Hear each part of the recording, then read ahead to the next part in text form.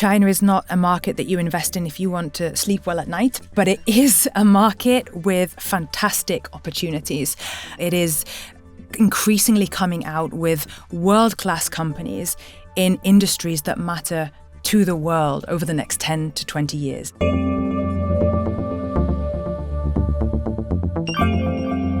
Imperial China, 105 AD. A craftsman watches wasps chew wood to a pulp and use it to create their nest. A section falls off.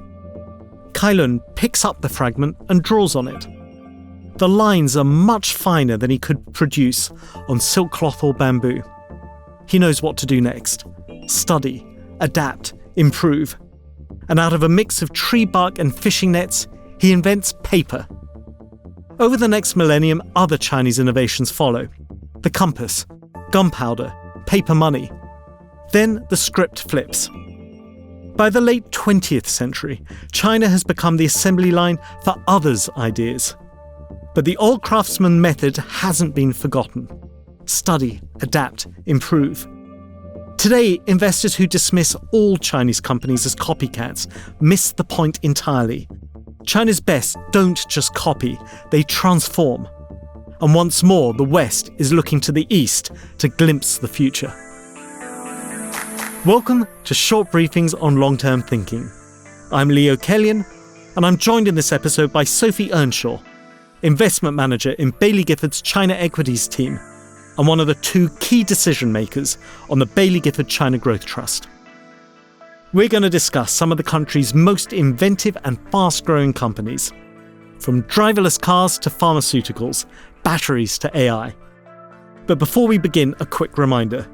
As with all investments, your capital's at risk and your income is not guaranteed. Sophie, welcome to the show. Thank you so much for having me. Sophie, it's your first time on the podcast, so can you begin by introducing yourself to listeners by telling us how you first came to Baillie Gifford and to specialise in China? Yeah, so I joined Baillie Gifford in 2010. And I became manager on our China strategies in 2014, and that's really what I've done ever since.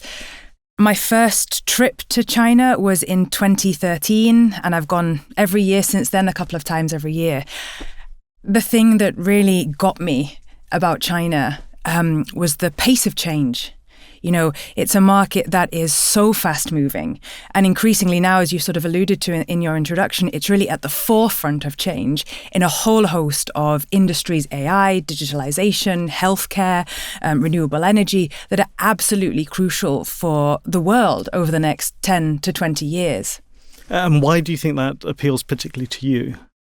You always learn something new when you go to China or when you see a Chinese company. And that I find really, really exciting. The other thing about China that I do like is that it is a challenging market in the sense that it is so large and it is so incredibly competitive. Competitive advantage periods in China tend to be shorter than they are in the West, and that makes my job sort of challenging, but also incredibly interesting. And then the other thing that really sort of appeals to me about China is that, it doesn't fit easily into a spreadsheet. You have to think about the government, about culture, about sort of society. And that also I find really, really attractive.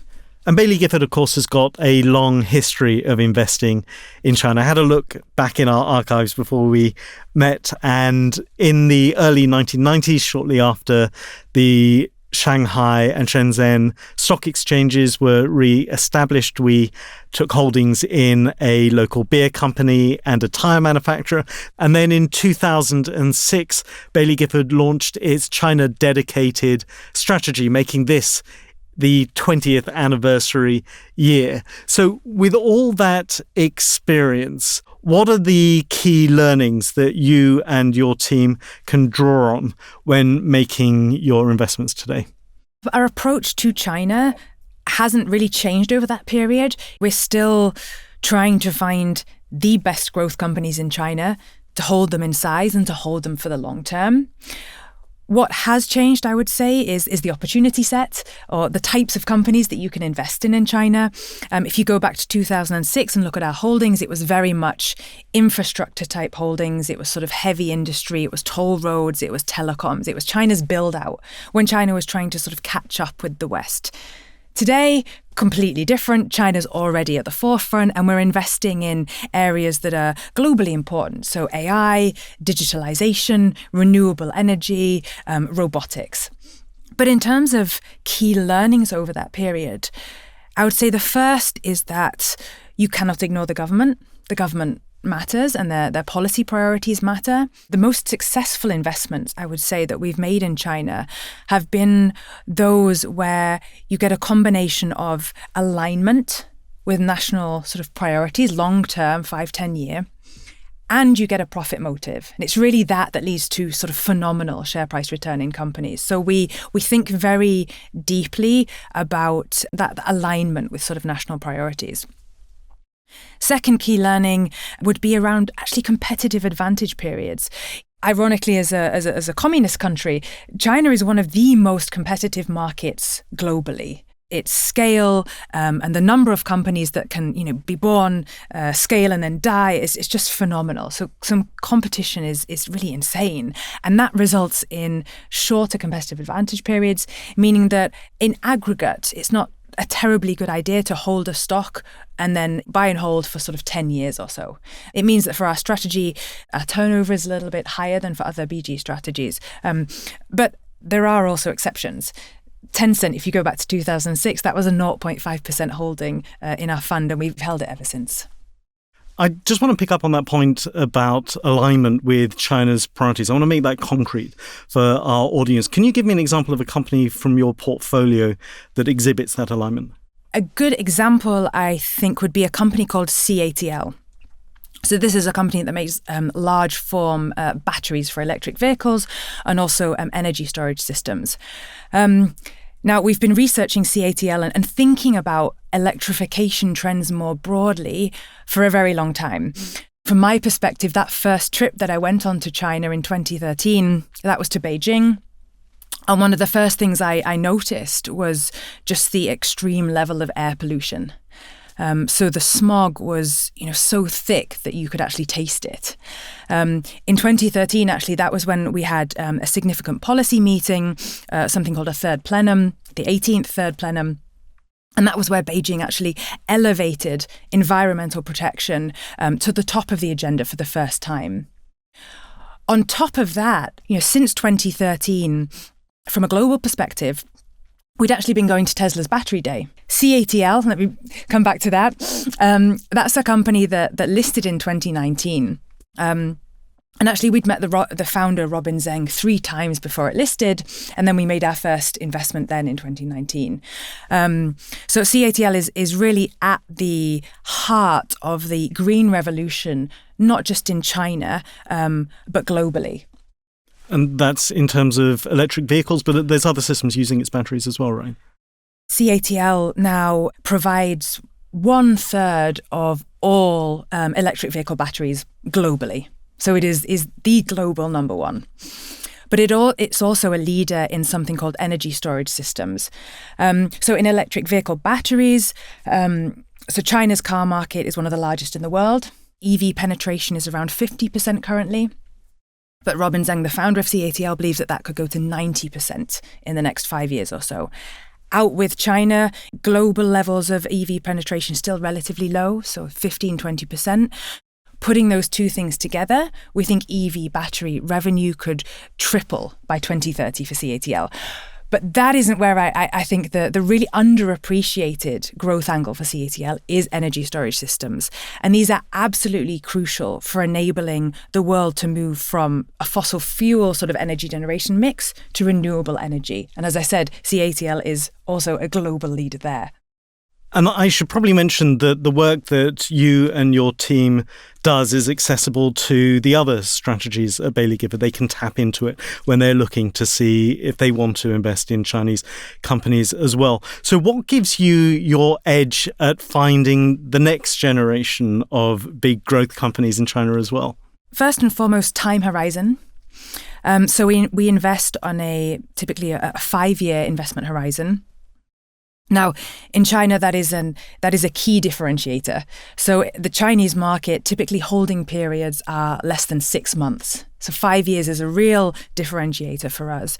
But what it means more importantly is that we tend to think about businesses on a similar time horizon to the founders of those businesses.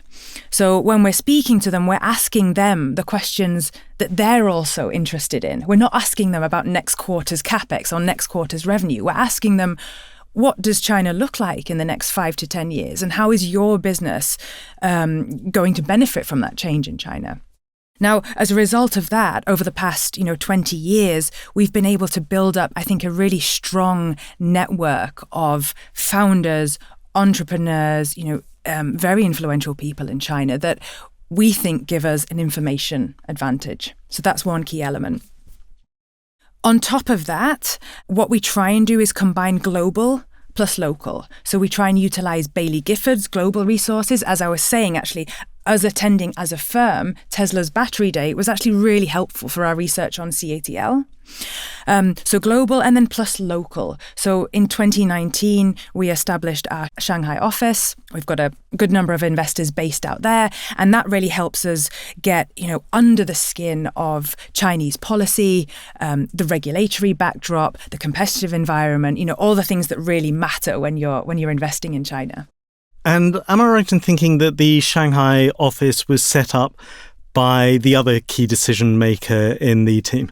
Yeah, so the Shanghai office was set up by the co-decision maker on the strategy, Linda Lin, a partner at the firm. She's been absolutely instrumental in developing that network of corporate contacts and entrepreneurs that we've developed over the past sort of 10 years or so within China. The Shanghai office, there's 6 people there now, including a dedicated ESG analyst. And they spend a lot of their time, traveling around the country, meeting companies, but also meeting regulators, forging links with academics and university, really trying to get under the skin of what's going on in China rather than having to rely on the headlines, which in many cases is actually very misleading. And am I right in thinking ESG is environment, social governance, is kind of companies acting responsibly? Exactly.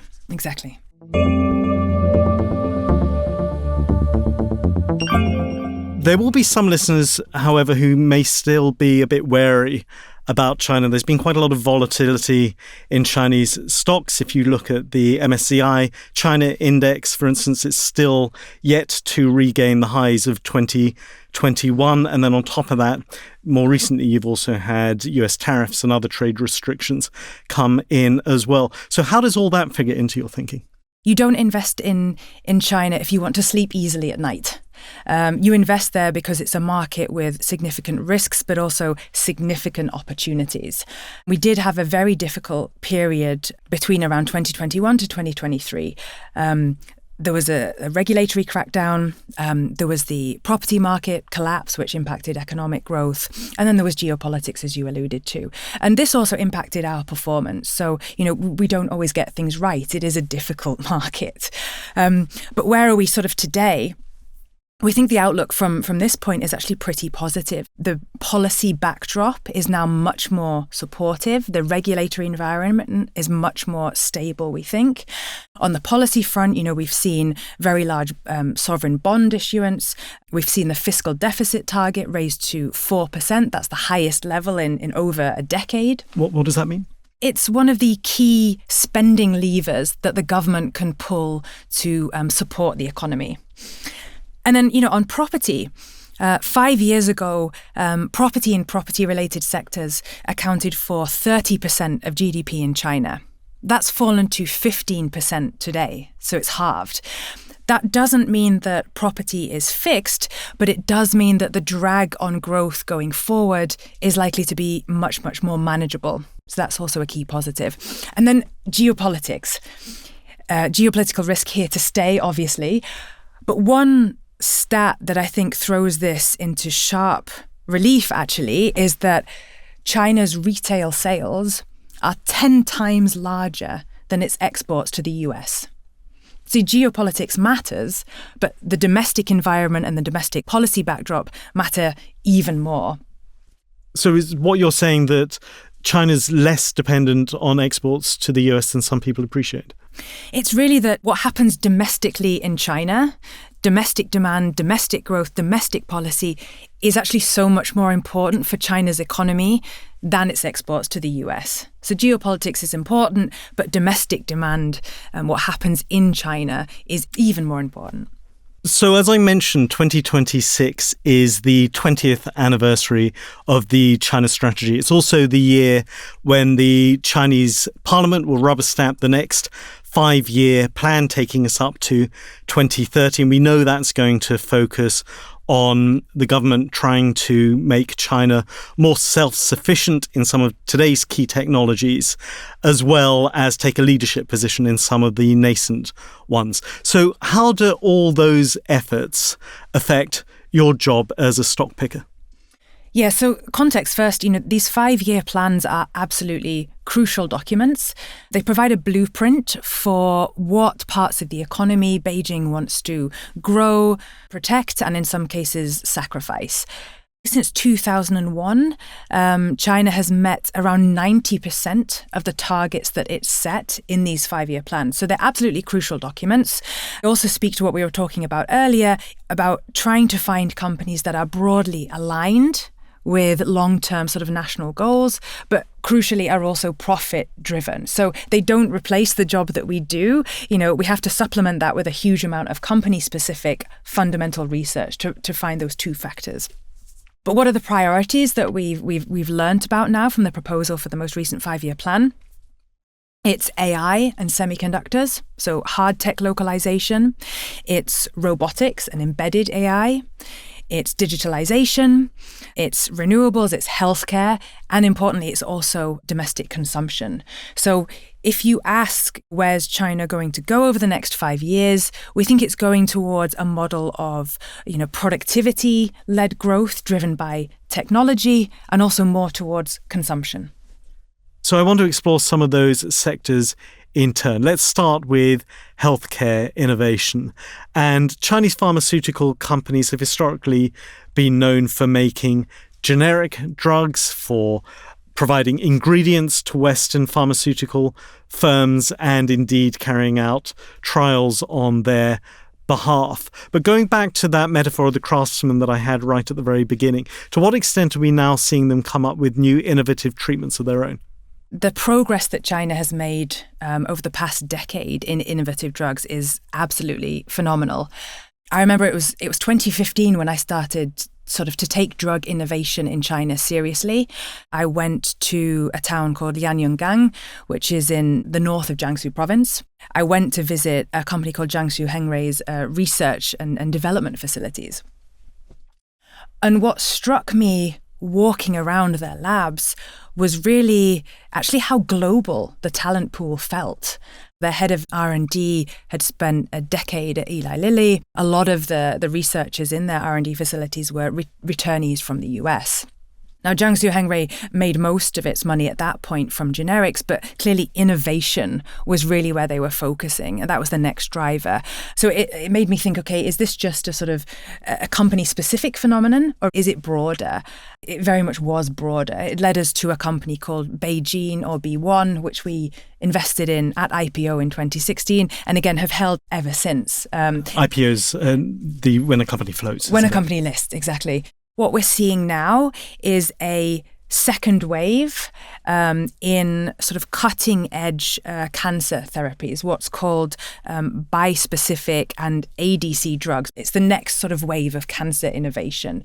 And here we're seeing China move from a market that imports, in-licenses, best-in-class molecules from multinational pharma companies to a country that exports its own innovative best-in-class molecules to those global pharmaceutical companies. An example from our portfolio would be a company called Innovent Biologics that recently signed an out-licensing deal with a global pharma company of $11 billion. So does China have any advantages over the West then in this sector? I think it has two key advantages. The first would be talent, and the second would be scale. So in terms of talent, China produces 3 times as many PhDs as the US does annually. And in terms of scale, China has an incredibly large patient population. Now, the combination of those 2 factors results in a cost advantage. And it's a cost advantage in the most expensive part of the drug development process, which is clinical trials. So clinical trials in China can be conducted at around a third of the cost of what you would spend in developed markets. And that matters because it means that Chinese companies can run simultaneous trials on different molecules to find out which of those molecules is going to be most promising. That's an approach that's too expensive in the West. Moving on to semiconductors, this really is an area where the US is trying to constrain China's ambitions. For example, it's blocked the Dutch company ASML selling its EUV machines into China, which means that Chinese chip manufacturers can't make the most advanced chips. Likewise, there's instances where TSMC and Samsung are unable to offer their most cutting-edge processes to Chinese chip designers, all of which means that these Chinese companies can't make their processors as performant as they would like. That makes it sound like the sector's a bit on the back foot. So is it still investable? So it's very much still investable, but like with all things in China, you have to be very selective. I mean, the backdrop here is that the US has put these constraints on China, and the result is actually that Beijing has absolutely doubled down on this desire to build out a domestic semiconductor manufacturing ecosystem locally. One stat that throws this into sharp relief, in 2024, I think China added more semiconductor capacity than the rest of the world combined. So it's an area that's seeing a huge amount of investment. Now, more importantly, what's happened since these US restrictions came into play is that it's changed behavior. Historically, Chinese customers, the big tech companies, the chip designers, they would use Samsung and TSMC. They would use foreign companies. That's no longer available to them. They have to use domestic companies. The result of that is increased collaboration and integration. And that is leading to an acceleration, actually, in progress and in innovation, in closing those gaps between China's capability and global capabilities. Now, the other key change is that, China has been trying to develop its domestic semiconductor industry for over really sort of 20 years. Historically, the government's approach was to really just encourage competition, to spray cash at the industry and sort of hope that a champion would emerge. That methodology did not work, and they've now changed tack to a much more sort of structured, controlled approach, which is to support leaders. That is, I think, crucial to us as investors because, competition is a very key factor in China. So which companies have you focused on? In terms of our investments, we've bought 2 holdings in 2 companies called AMEC and Naura. They make etch and deposition equipment. Etch and deposition, it's a process within the semiconductor manufacturing chain. It's really the etching onto the silicon, so making the tiny little incisions that you need to make these chips. There, we think China's ability to catch up is actually very strong. One of the ways that these companies are making improvements to their machines is that at the foundry level, typically you're finding the domestic kit running alongside foreign imported kit, and then debugging is happening in real time, and that's resulting in yields going up and performance increasing. So AMEC and Naura, sort of the picks and shovels, I guess, of the sort of semiconductor industry, and 2 companies that we think are capable of growing profitably. And a foundry just is kind of industry jargon for a factory that makes chips, isn't it? Exactly, yeah. So that brings us quite neatly onto AI. And this, I know in your portfolios, you've got some of the biggest players in the sector here. You've got Alibaba, Tencent, ByteDance in your portfolio. Some of our listeners will have heard of another Chinese company as well, DeepSeek, which doesn't take outside investment, but has also had a big impact by allowing others to use and build on its models. So from your point of view, how is China's progress in AI in comparison to that of the West? So, what is China doing? It's trying to build out its own parallel AI stack. right? End to end, from compute, from manufacturing to large language models to applications. When you talk about AI in the US in particular, most people know who the winners are, right? They know Meta, they know Microsoft, they know Anthropic, they know Nvidia. I think the Chinese winners are much less understood, and that is actually reflected in valuation. The three companies that you mentioned in your question there, Alibaba, Tencent, ByteDance, their combined market capitalization is only just comparable to one company in the US, and that's Meta. Now, importantly for us, we're already seeing AI and its integration result in greater revenue growth, an increase in margins, and an increase in profitability for some of our largest holdings, those three companies, for example. Tencent, their advertising revenue has re-accelerated to plus 20% growth per annum after they've integrated their own AI tools. Alibaba's cloud business, now growing above 25% year on year with triple-digit growth in AI products. And then ByteDance. So ByteDance spends around $20 billion per year on AI. That's the largest spend in China. Its cloud business, it's called Volcano. That's number 2 in the Chinese market. And their app called Doubao, that's the closest equivalent globally would probably be ChatGPT. That's actually now overtaken DeepSeek in terms of number of users. Actually, one example from my recent trip that really struck me, when I was in Shenzhen in December last year, I was meeting some high-profile local fund managers. And it's the first time in over a decade of trips to China that I haven't had to use a translator. Instead, we used ByteDance's tool that's called Lark. It's a simultaneous voice-to-text translation software. And it was, I can say, absolutely phenomenal. And beyond the big names, I know you've been looking at some of the smaller companies as well in AI. What can you tell me about that? MiniMax is a great example here. So this is a new holding for the trust. MiniMax is a standalone large language model company, one of China's leaders there. Now, because of compute constraints, what we were just talking about, Chinese large language model companies have had to innovate at the algorithm layer to be more efficient.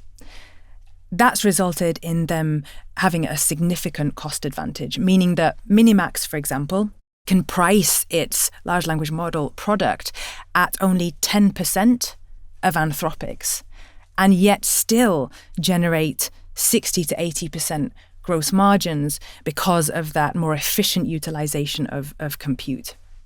And I know Baillie Gifford places huge importance on founder leaders in companies, particularly in these earlier stage companies. So what can you tell me about MiniMax's founder? So the founder of MiniMax, he's CEO and CTO of the company, Yan Junjie. He is an AI scientist at heart, but he's also the CEO. So he's also incredibly geared into the strategic decisions of the company. His sort of nickname is IO. That's obviously a sort of a tech pun on input-output. And it's also actually a reference to a character in an online multiplayer battle arena game called Dota 2, something that he is passionate about. So that gives you a sort of insight into the company's culture. It's very technology, research-driven, but also sort of very strategic. They think a lot about, okay, how can we be very efficient? How can we utilize the compute that we have most efficiently? They've talked in the past, when we've met the team, about wanting sort of large language models to be like tap water. They want it to be a utility at its essence, and that's why they're pricing their products so cheaply. And I think Io was mentored in his early career by the leader of another of your portfolio companies. What can you tell us about that, and who am I talking about there? Yes, Io at one point was an intern at a company called Baidu. He was mentored by someone at Baidu called Yu Kai. Now, we had owned shares in Baidu for a very long time. And that's how we sort of first met Yu Kai. Now, when he left Baidu, he actually started a company called Horizon Robotics, and that is one of our portfolio companies. And it was sort of through that connection that we were then introduced to IO at MiniMax. So tell me a bit about Horizon Robotics. Obviously, it's got something to do with robotics, but they're also involved in cars. Yes. So Horizon Robotics, they make the chip and the sort of AI compute that powers the assisted driving and autonomous driving within a car. So they're really the brain of the car. They help it see, think, and drive. At the moment, that company is generating the most of its revenue from auto sales.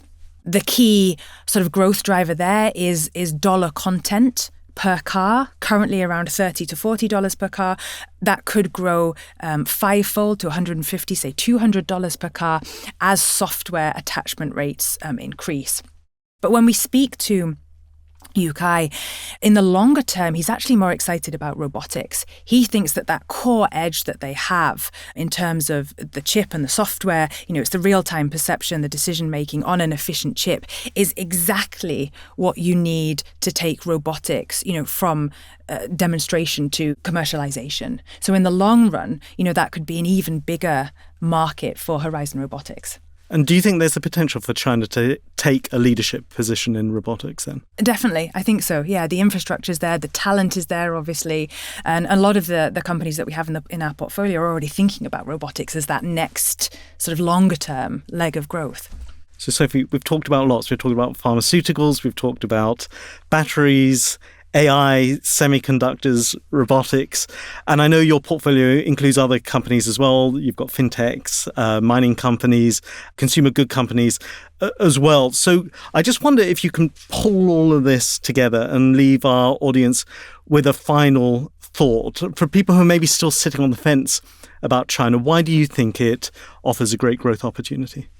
So as I said earlier, China is not a market that you invest in if you want to sleep well at night, but it is a market with fantastic opportunities, and particularly from the company level. It is increasingly coming out with world-class companies in industries that matter to the world over the next 10 to 20 years. AI, semiconductors, healthcare, robotics, digitalization, renewables. So it's a market that even if you decide you don't want to invest in, you cannot ignore.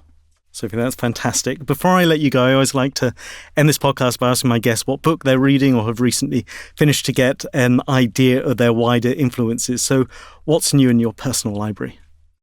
So one book I'd recommend, House of Huawei.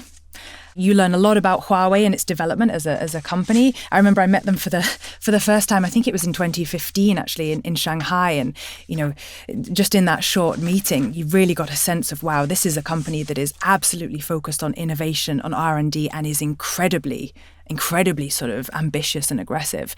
The House of Huawei, you'll learn more about Huawei as a company, but you'll also learn more about China and how things work. So how state capitalism intertwines with, private sector leadership and growth. So it's a fantastic sort of all-round book, actually, I think, if you want to learn more about China. So that's really interesting because you can't invest in Huawei. It doesn't have external shareholders, does it? But is that important for you then to understand how some of these companies that you can't invest in function in the economy as well, to work out which ones are the best ones to invest in that you can? 100%. And, to clarify, for the trust, we can invest in private companies. And there's, ByteDance is one of our largest holdings, also Xiaohongshu. A lot of the larger companies within the portfolio, we did invest in privately. It goes back to what we were talking about, meeting these companies early and sort of following their journey from a very early stage. Sophie, it's been fantastic having you on the podcast. I hope we can have you back on again soon. Thank you so much for having me. Thank you. And I hope you enjoyed this conversation too. If you'd like to learn more, there's a link in the show notes to Sophie's write-up of a recent China trip when she met the semiconductors firm AMEC, among others. You'll find further reading suggestions there too, as well as a glossary of some of the terms that cropped up in this episode. Subscribe to Short Briefings via YouTube, Spotify, or any podcast app to be the first to know when the next edition's out, and we'd love it if you left us a review. But for now, that's it. Thanks for listening, and I look forward to briefing you again soon.